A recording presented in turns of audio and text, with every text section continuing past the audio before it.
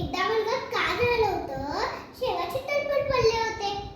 थोड्या वेळात गुरुजी आले वर्गात गुरुजी आल्यानंतर सर्व मुलांना विचारले की शेंगा कोणी खाल्ल्या ते सांगा, नाही तर हातावर छाला खायला तयार राहा.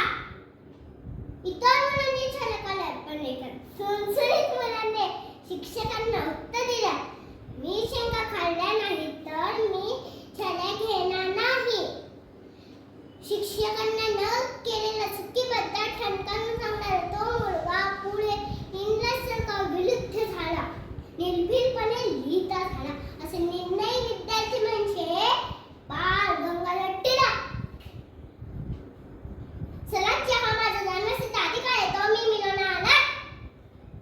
असं सिंहगर्जना करणारा लोकमान्य टिळकांचा जन्म 23 जुलै 1856 मध्ये रत्नागिरी चिखले या गावी झाला. लोकांनी एकत्र यावे म्हणून त्यांनी सार्वजनिक गणेश उत्सव व शिवजयंती उत्सव सुरू केले. जनजागृती करता केसरी व मराठा हिंदुत्वाबद्दल सुरू केले. त्यांना जनतेने लोकमान्य ही पदवी दिली.